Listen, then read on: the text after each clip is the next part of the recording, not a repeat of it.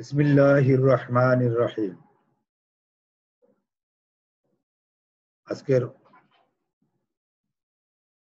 Online ক্লাসে সকলকে স্বাগতম।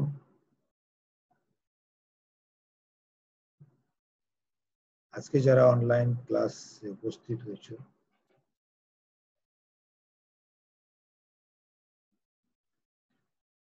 তারা নিশ্চয়ই এতদিনই অবগত হয়েই গেছো জাতীয় বিশ্ববিদ্যালয়ের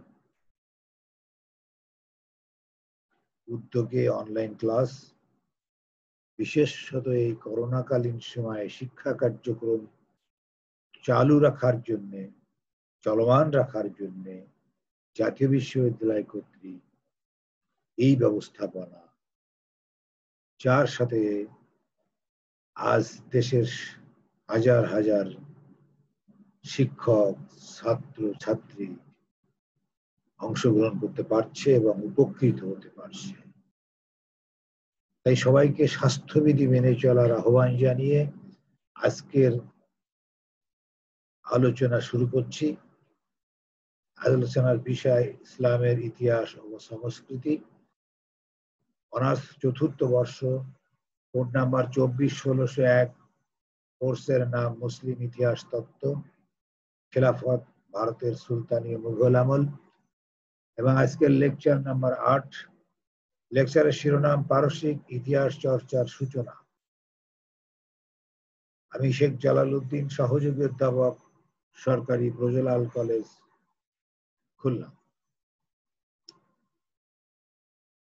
আজকে আমরা গত ক্লাসে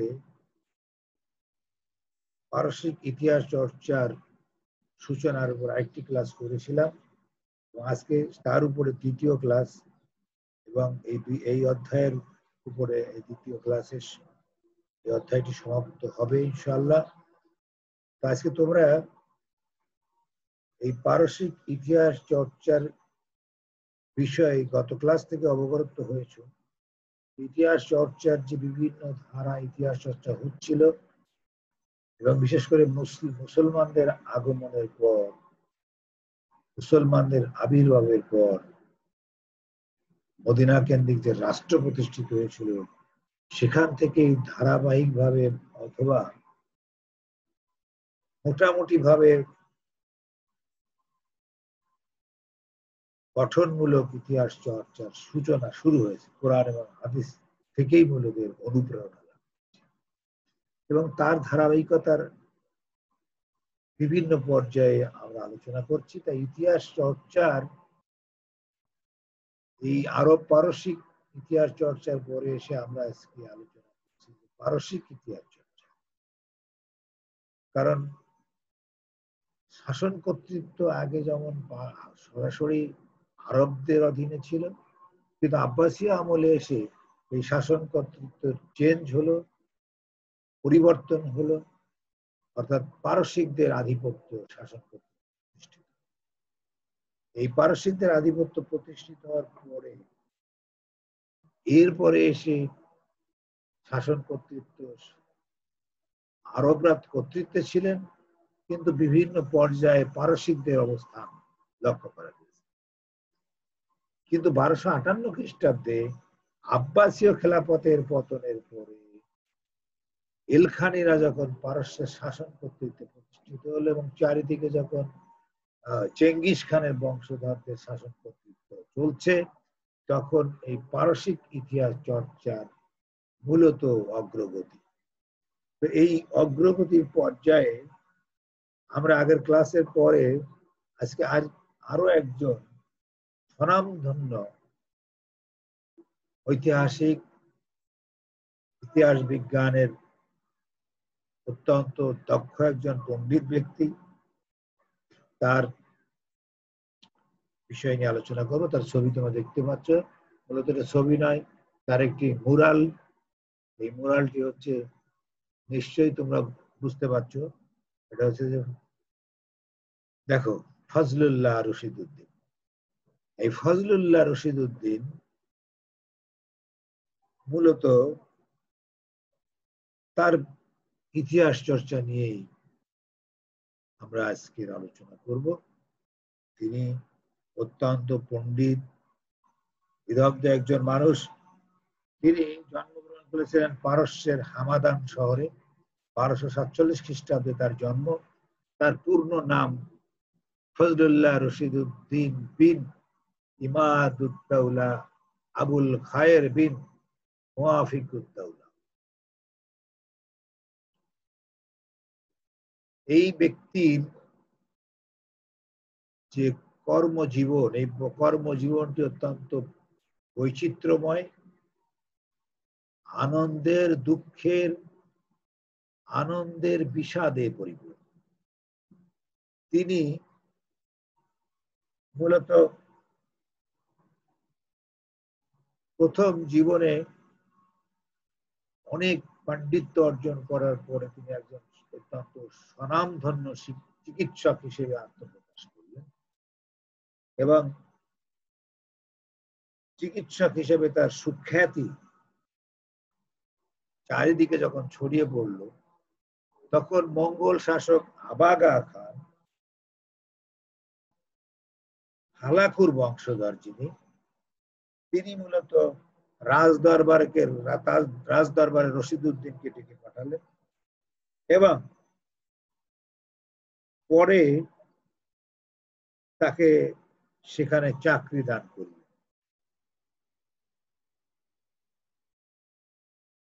কিছুদিন চাকরিরত অবস্থায়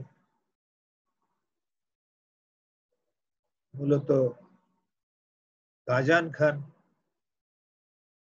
যখন শাসন কর্তৃত্বে আসলেন, গাজান খান শাসন কর্তৃত্বে এসে 1294 খ্রিস্টাব্দে গাজান খান তাকে আরো মর্যাদা বৃদ্ধি করলেন। তার গ্রহণযোগ্যতা বৃদ্ধি পেল। তার শিক্ষা সংস্কৃতি, তার যে এই শিক্ষা সংস্কৃতির প্রতি তার যে উদার আগ্রহ, এই আগ্রহের কারণে গাজান খান নিজেও প্রীত হলেন।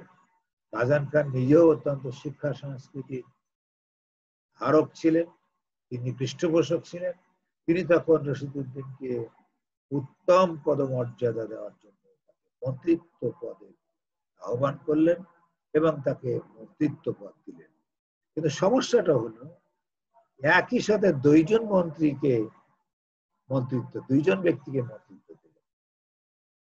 এই দুইজন ব্যক্তিকে মন্ত্রিত্ব দেওয়ার কারণে মূলত তার জীবনের যে অগ্রগতি, এই অগ্রগতির পথে কিছু বাধা সৃষ্টি হতে শুরু।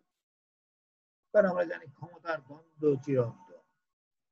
আজকে যিনি একটি ক্ষমতায় আছেন, তিনি চান না তার ক্ষমতা ভাগাভাগি করতে। এটা ইতিহাসে চিরাচরিত।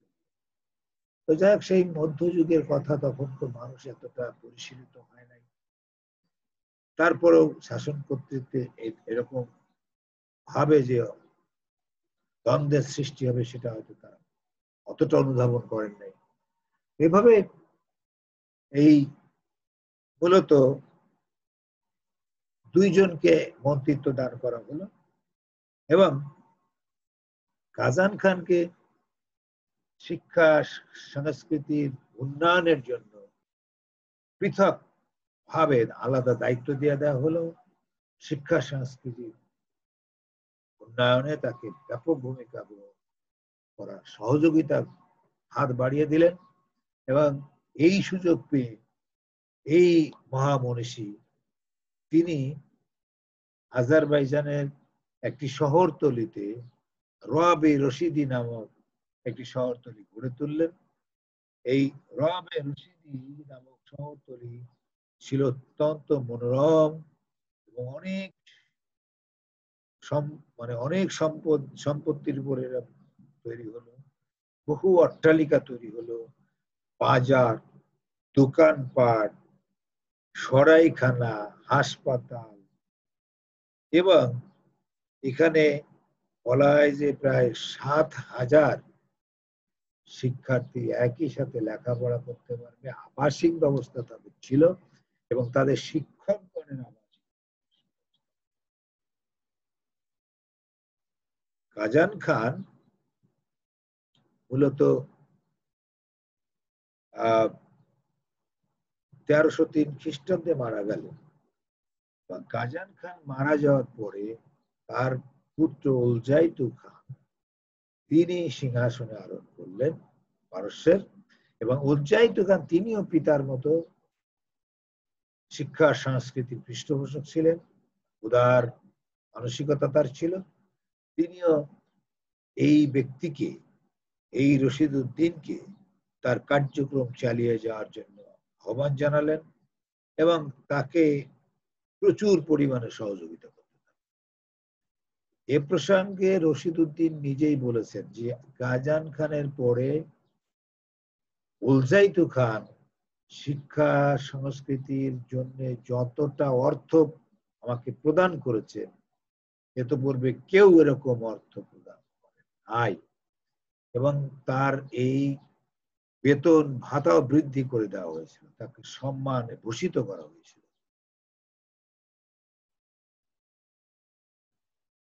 এখানে ওই যে ব্যক্তির সাথে তাকে মন্ত্রিত্ব ভাগাভাগি করে দেওয়া হয়েছিল তার নাম ছিল সাদউদ্দিন। এই সাদউদ্দিনের হিংসার কারণ হয়ে গেলেন রশিদ, কারণ রশিদ উদ্দিনের সুনাম সুজয় সুখ্যাতি দিন দিন বৃদ্ধি পাচ্ছে। তখন তিনি তার বিরুদ্ধে উঠে পড়ে লাগলেন এবং এমন একটা পর্যায়ে চলে গেল যে শেষ পর্যন্ত তিনি তার প্রতিদ্বন্দ্বী ব্যক্তিকে হত্যার পথ বেছে নিলেন এবং তাকে হত্যা করানো হয়েছিল।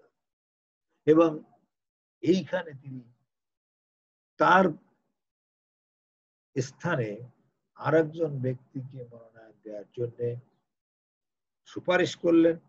সেই সুপারিশ অনুযায়ী আলী শাহ জাবালান নামক একজন নিচু বংশের লোক এই বড় ক্ষমতায় প্রতিষ্ঠিত। এই যে নিচু বংশের লোককে তিনি তার সুপারিশ করলেন, মানে তার সুপারিশের ভিত্তিতে নিয়োগ দেওয়া হলো, এটাই একটা জীবনের চরম ভুল হয়ে গেল। এবং এর ফলে সেই আলী শাহ জাবালান তার সব থেকে বড় শত্রুতে পরিণত হলো। তিনি তার ক্ষমতার প্রতিদ্বন্দ্বী হিসেবে রশিদ উদ্দিনকে আর দেখতে চান না। তার ষড়যন্ত্র শুরু হলো, তিনি নানাবিধভাবে ষড়যন্ত্র করতে থাকলেন। ফলে রশিদ উদ্দিনের ভাগ্য বিপর্যয় দিকে চলে যেতে থাকলো। এই সময় ভাগ্য বিপর্যয়ের একটি পর্যায়ে এসে শাসক উলজাইতু খান মৃত্যু করেন। শাসক উলজাইতুর মৃত্যুর পরে তার পুত্র আবু সাইদ শাসন করতেন। আবু সাইদ অযোগ্য শাসক ছিলেন। তিনি প্রকৃত গুণী ব্যক্তিদের মর্যাদা দিতে জানতেন না এবং তার রাজনৈতিক দূরদর্শিতাও ছিল না। ফলে আলী শাহের ষড়যন্ত্র জাল আরো বিস্তৃত হতে থাকলো। তিনি সুলতানের কানে বিষ বাষ্প ঢালতে শুরু করলেন, কুমন্ত্রণা দিতে শুরু করলেন। কান ভারী করা যাকে বলে, সেই কাজটি তিনি পুরাপুরি করতে শুরু করলেন। অবশেষে আবু সাইদ সন্দেহের বশবর্তী হয়ে এই মহান ব্যক্তিত্বকে মন্ত্রিত্ব পদ থেকে অব্যাহতি দিয়ে দিলেন 1317 খ্রিস্টাব্দে ঘটনা। এবং শুধু তাকে অব্যাহতি দিয়েই ক্ষান্ত হলেন না, কিছুদিন পরে এই আলী শাহ জাবালানের কুকীর্তি ফাঁস হয়ে গেল। তখন তিনি এবং এই আলী শাহ জাবালানের যে কুশাসন, ফলে অসন্তোষ তৈরি হতে লাগলো। তবে তিনি আবার এই রশিদ উদ্দিনকে মন্ত্রিত্বের পদে আহ্বান করলেন। কিন্তু অল্প দিনের মধ্যে আলী শাহ জাবালান আবার তার ষড়যন্ত্রের জাল আরো দ্বিগুণ হারে বিস্তৃত করলেন এবং এক পর্যায়ে যে তাকে বন্দী করে তার মৃত্যু দণ্ডাদেশ জারি করলেন। এবং আরো দুঃখজনক যে তার মৃত্যু দণ্ডাদেশ জারির আগে তার এই 16 বছরের ছেলেকে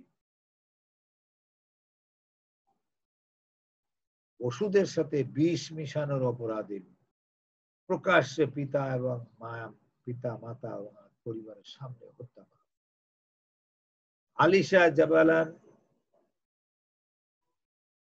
শাসককে বুঝাতে সক্ষম হলেন, আবু সাইদকে বুঝাতে সক্ষম হলেন উলজাইতুর মৃত্যু হয়েছে, এই চিকিৎসক, এই মন্ত্রী, এই রশিদউদ্দিন তাকে ভুল চিকিৎসা করেছে এবং ইচ্ছাকৃতভাবে তিনি ভুল চিকিৎসা করে তাকে হত্যা করেছেন। এইটা বুঝেই তিনি তাকে মৃত্যুদণ্ডাদেশ দিয়েছিলেন এবং তাকে হত্যা করা হলো, তার শিরচ্ছেদ করা হলো 1318 খ্রিস্টাব্দে তাবরিজের রাস্তায় তার সম্মানিত মাথাকে অসম্মানিত করা হলো, টেনে হিসড়ে নিয়ে বেড়ানো হলো এবং ঘোষণা করা হলো এটা হচ্ছে একজন ইহুদির শির কর্তৃক শির। এভাবে একজন মহান ব্যক্তিত্ব, এই মহান ব্যক্তিত্বকে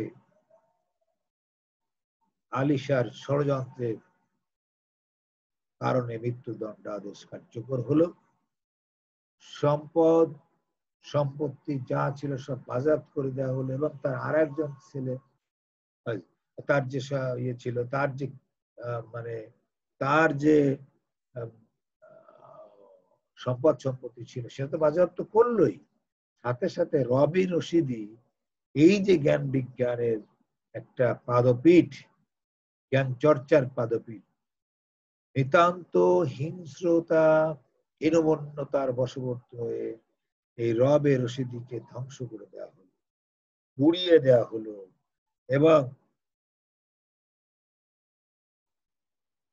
শেষ পর্যন্ত এই গবেষণাগার, এই শিক্ষা সংস্কৃতি কেন্দ্রস্থলে অস্তিত্ব রক্ষা করা হলো না এবং এই রশিদউদ্দিনের মৃতদেহকে তাবরিজের একটা মসজিদের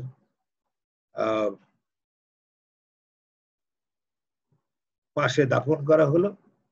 কিন্তু দুর্ভাগ্য যে এই ব্যক্তির এই দাফনকৃত যে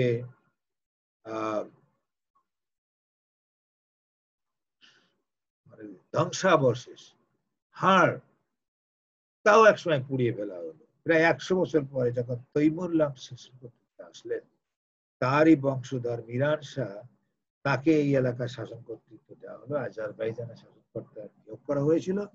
তিনি মাথায় আঘাত পাওয়ার কারণে তিনি অসুস্থ ছিলেন, মস্তিষ্ক বিকৃত হয়েছিল।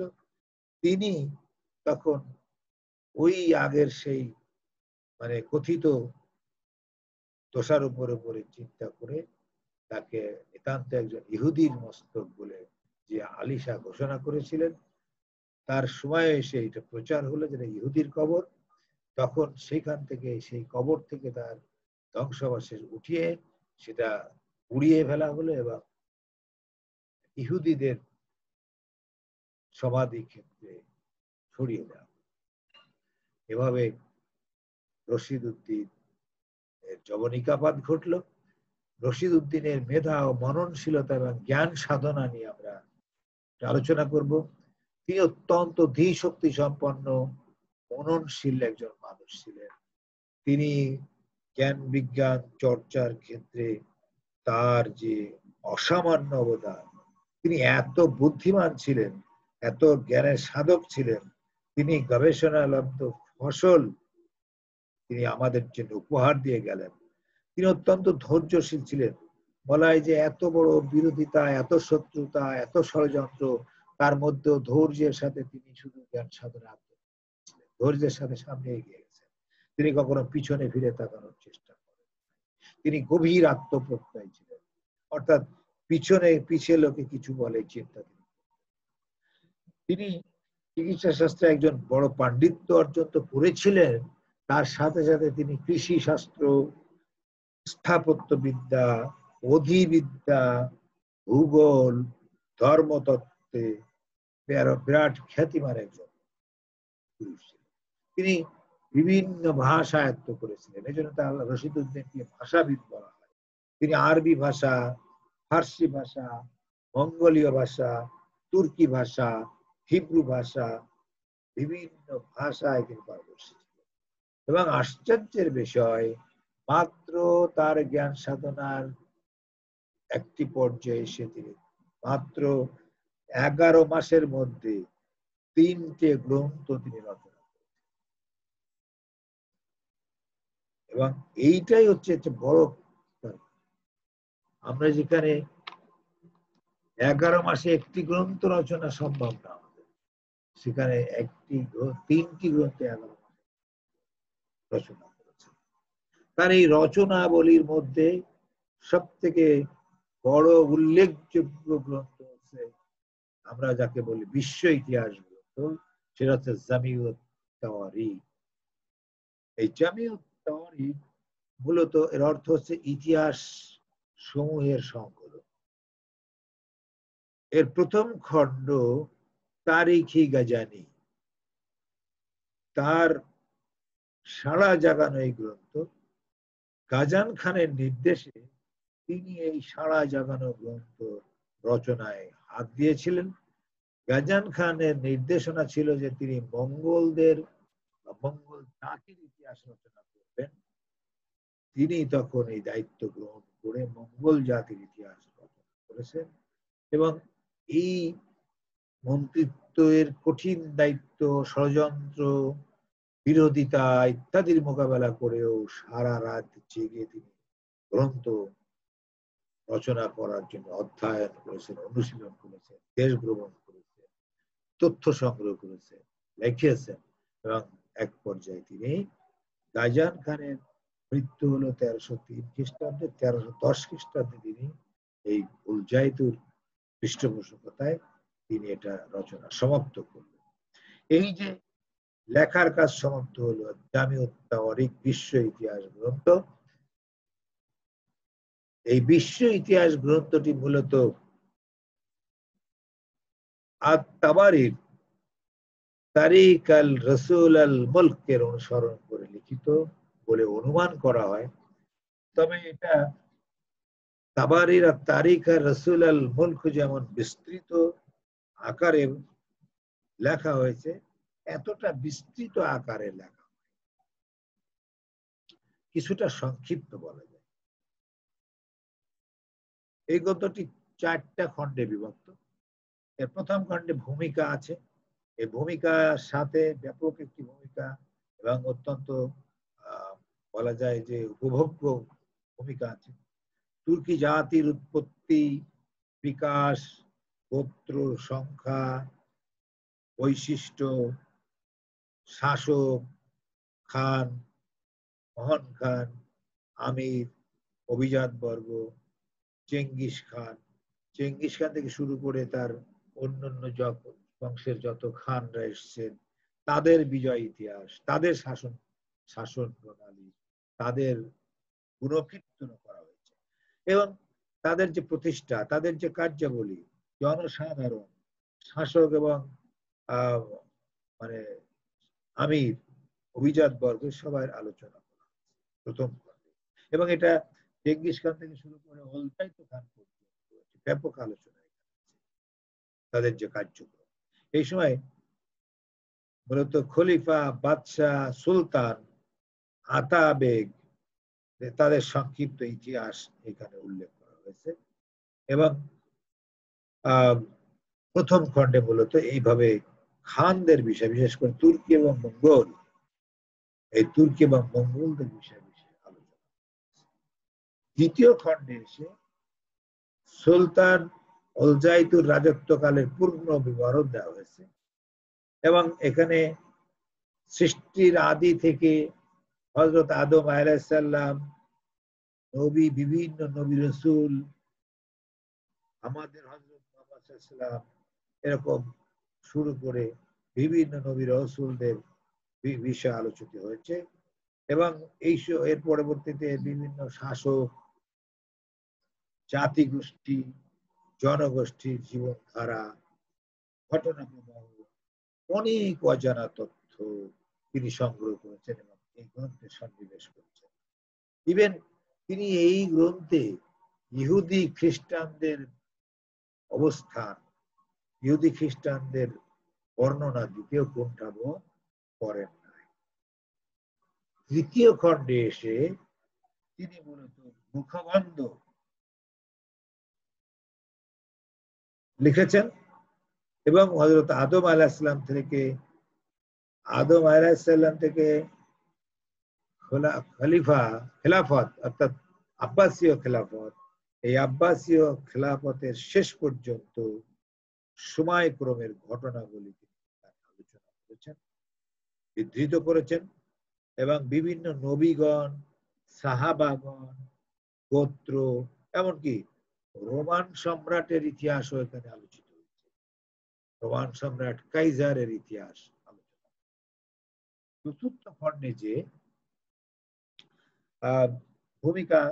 ভূমিকার পরে মূলত শক্ত ইকলিমের পরিবেশগত অবস্থা, পৃথিবীর বিভিন্ন দেশের অবস্থা, ভৌগোলিক সীমারেখা, শহর, নগর, সমুদ্র, মহাসমুদ্র, সাগর, মহাসাগর, হ্রদ, উপত্যকা, পাহাড় পর্বত, দ্রাঘিমাংশ, অক্ষাংশ, জাতিগোষ্ঠীর ব্যাপক আলোচনা করেছেন এবং ওই এলাকায় বসবাসরত জাতিগোষ্ঠীর উপরে ভৌগোলিক প্রভাব, আবহাওয়ার প্রভাব কি ছিল, বিষয়টিও তিনি সুন্দরভাবে তুলে ধরেছেন। তাহলে এই ভৌগোলিক ইতিহাসের সাথে আরব পারসিক জাতির বিস্তৃতির ইতিহাসও আছে চতুর্থ খণ্ডে। তাহলে চারটে খণ্ড মিলে রশিদ উদ্দিনের জামিউত তাওয়ারিখ, এ থেকে আমরা বুঝতেই পাচ্ছি যে তিনি যে আলোচনা করেছেন তা অত্যন্ত প্রাঞ্জল ভাষা আলোচনা করেছেন, গ্রহণযোগ্য ভাষা আলোচনা করেছেন, পাঠকের কাছে হৃদয়গ্রাহী করেছেন এবং পরবর্তী প্রজন্মের কাছে অনুসরণীয়, অনুকরণীয় গ্রন্থ হিসেবে জামিউত তাওয়ারিখকে অবস্থা। জামিউত তাওয়ারিখের মূল্যায়ন যদি আমরা করি, গুণাগুণ বিচার করি, তাহলে দেখব এই গ্রন্থটি ফার্সি ভাষায় তিনি রচনা করেছেন। তাহলে ফার্সি ভাষার উন্নয়ন শুরু হলো, ফার্সি ভাষায় ইতিহাস চর্চার পথ রচিত হলো, ইতিহাস চর্চার পথ তিনি তৈরি করলেন ফার্সি ভাষা। ইতিপূর্বে আরবি ভাষায় রচিত হয়েছে এবং পরবর্তীতে তিনি ফার্সি ভাষায় যে ইতিহাস চর্চা, এটার জন্য তিনি ব্যাপক সমাদৃত হয়ে আছেন এবং হিরাত ইতিহাস চর্চা ঘরানায় এই জামিউত তাওয়ারিখ পরবর্তীতে 1498 খ্রিস্টাব্দে প্রকাশিত হয়েছে। তৈমুরের উত্তরসূরি শাহরুখের সময় মূলত বীরখণ্ডের 1948 খ্রিস্টাব্দে রাওয়াতুস সাফা গ্রন্থটি তারই অনুকরণে। এইখানে যে এই হিরাত ইতিহাস চর্চা ঘরানায় একটি রাওয়াতুস সাফা একটি গ্রন্থ, এই গ্রন্থটি তাওয়ারির অনুসরণ করে ভারতীয় উপমহাদেশের ব্যাপক প্রাধান্য বিস্তার করেছে এই জামিউত তাওয়ারিখের খ্যাতি, কারণ এখানে ভারতীয় উপমহাদেশের অনেক আলোচনা এর ভিতরে চলে এসেছে এবং ইতিহাস রচনার ধারা অনুসরণ করা হয়েছে। ভারতীয় ইতিহাস একটি সংকলক গ্রন্থ হিসেবে এই গ্রন্থটি বিশেষ করে সংকলিত গ্রন্থের অনুরূপ, কারণ এর আলোচনা থেকে দেখা যায় যে তিনি অনেক উপমা, অনেক উদাহরণ, অনেক কাহিনী যেটা পূর্ববর্তী ঐতিহাসিকদের বর্ণনা থেকে হুবহু তিনি উত্থাপন করেছেন, সংকলন করেছেন। তিনি এখানে নিজের মতামত সংযোজন করেন না, আবার কোথাও কোথাও তিনি নিজের বক্তব্য, নিজের কথা প্রকাশ করেছেন, নিজের বক্তব্য তুলে ধরেছেন, কিন্তু কখনো অন্যের আলোচনার মধ্যে নিজের আলোচনা প্রবেশ করে। এটা তার একটি সৎ চরিত্র, সততা এবং নিষ্ঠার পরিচয়, তার নৈতিকতার পরিচয় দিয়েছেন। তিনি এই গ্রন্থ লিখতে যে তিনি কয়েকটি বিষয়ে শৈথিল্য প্রদর্শন করেছেন, যেমন তিনি বিশ্ব ইতিহাস গ্রন্থ এটি, তবে এটা বানানটা ভুল আছে, গ্রন্থ বানানটা, তো তোমরা ঠিক করে নিবে। তথ্য যাচাই বাছাইয়ের শৈথিল্য করেছেন, অর্থাৎ তিনি কখনো কখনো তথ্য যাচাই বাছাই না করে পূর্বের ইতিহাস গ্রন্থ থেকে বা পূর্বের কোনো প্রমা থেকে তিনি সেটা বিধৃত করেছেন, তুলে দিয়েছেন। তিনি সেখানে তথ্য যাচাই বাছাইয়ের দিকে অতটা চান নাই। গ্রন্থটির সমালোচনায় যদি আমরা যাই তাহলে বলবো যে অনেক সমালোচনার সুযোগ আছে। গ্রন্থটি আত-তাবারি তারিকার রসুল আল মুলকের অনুসরণে লেখা হয়েছে, তবে সংক্ষিপ্তভাবে লেখা হয়েছে, অতটা ওইভাবে অনুসরণ করা হয় নাই। এবং এই গ্রন্থটি আল বিরুনির ভৌগোলিক তথ্য, কিতাব আল হিন্দ, তারিক আল হিন্দ, এই গ্রন্থের অনুসরণ করা হয়েছে, তথ্য সংগ্রহ করা হয়েছে এখান থেকে, এবং কোরআন হাদিসের বর্ণনা থেকেও তথ্য সংগ্রহ করা হয়েছে। জামিউত তাওয়ারিখে বিশ্ব ইতিহাস গ্রন্থ এটি সাধারণ ইতিহাস রচনার যে ধারা, সেই ধারা ও রীতি তুলে ধরেছে, তা নিঃসন্দেহে মূল্যায়িত হওয়ার দাবি রাখে। এটি হচ্ছে তাবারির জামিউত তাওয়ারিখ সহ তার যে ইতিহাসের উপরে তার ব্যাপক অবদান, সেই অবদান তিনি এভাবে। এবার আরেকজন ঐতিহাসিকের নাম এখানে না বললেই নয়, তিনি হচ্ছেন সিরাজের অধিবাসী আব্দুল্লাহ বিন ফজলুল্লাহ। তিনি ওয়াসফ অর্থ স্তুতি পাঠক নামে পরিচিত। ইতিহাস চর্চায় তার ব্যাপক অবদান রয়েছে। তিনি গ্রন্থ রচনা করেছেন তারিখি ওয়াসফ, তার গ্রন্থের নাম। মূলত তিনি ফার্সি ভাষায় ইতিহাস চর্চা এবং তাজিয়াতুল আমসার ও তাজিয়াতুল আসার, এটি 5 খণ্ডে লিখিত একটি গ্রন্থ তিনি রচনা করেছেন। তবে গ্রন্থটির শিরোনাম ভিন্ন ভিন্ন রয়েছে, যেহেতু 5টি খণ্ডে ভিন্ন ভিন্ন নামে দেওয়া হয়েছে। টোটালি গুলোকে সংক্ষেপে করে যদি এক নামে আনা হয় তাহলে তারিখি ওয়াসফ নামকরণ, এটা গ্রন্থটি।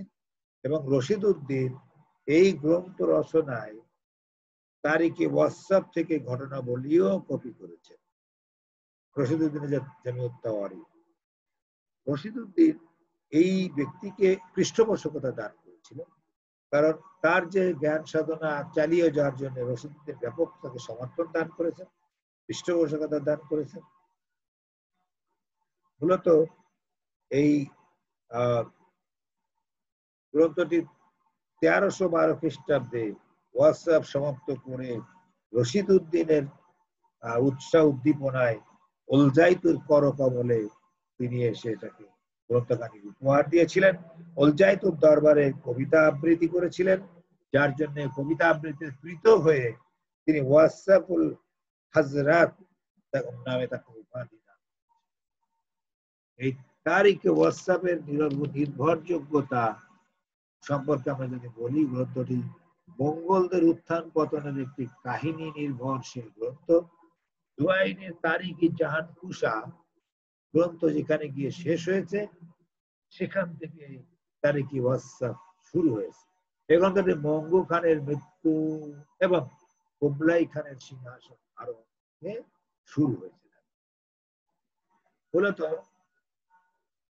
গ্রন্থটি 4টে খণ্ডে বিভক্ত। চেঙ্গিস খানের আলোচনা করা হয়েছে 4র্থ খণ্ডে, এবং চেঙ্গিস খান ও তার শাসনকাল আলোচনা করার পরে 5ম খণ্ডে যে আবু সাইদের রাজত্বকাল আলোচনা, এবং এরপরে আমরা দেখি মূলত এই কিছুদিন যাবৎ পারসিক ইতিহাস চর্চা স্থবিরতা এসেছিল। মঙ্গলদের পরে তৈমুরীয়রা সিংহাসন আরোহণ করে, পূর্ব পর্যন্ত ইতিহাস চর্চা তেমন অগ্রগতি হয় নাই, এবং পরবর্তীতে এসে তৈমুরের চেষ্টায় তার সামরিক অভিযান ও কার্যাবলীর উপর ইতিহাস রচনার জন্য সচিবগণকে দায়িত্ব দিয়েছিলেন, এবং তখন আবার ইতিহাস চর্চা শুরু হয়েছিল, পারসিক ইতিহাস।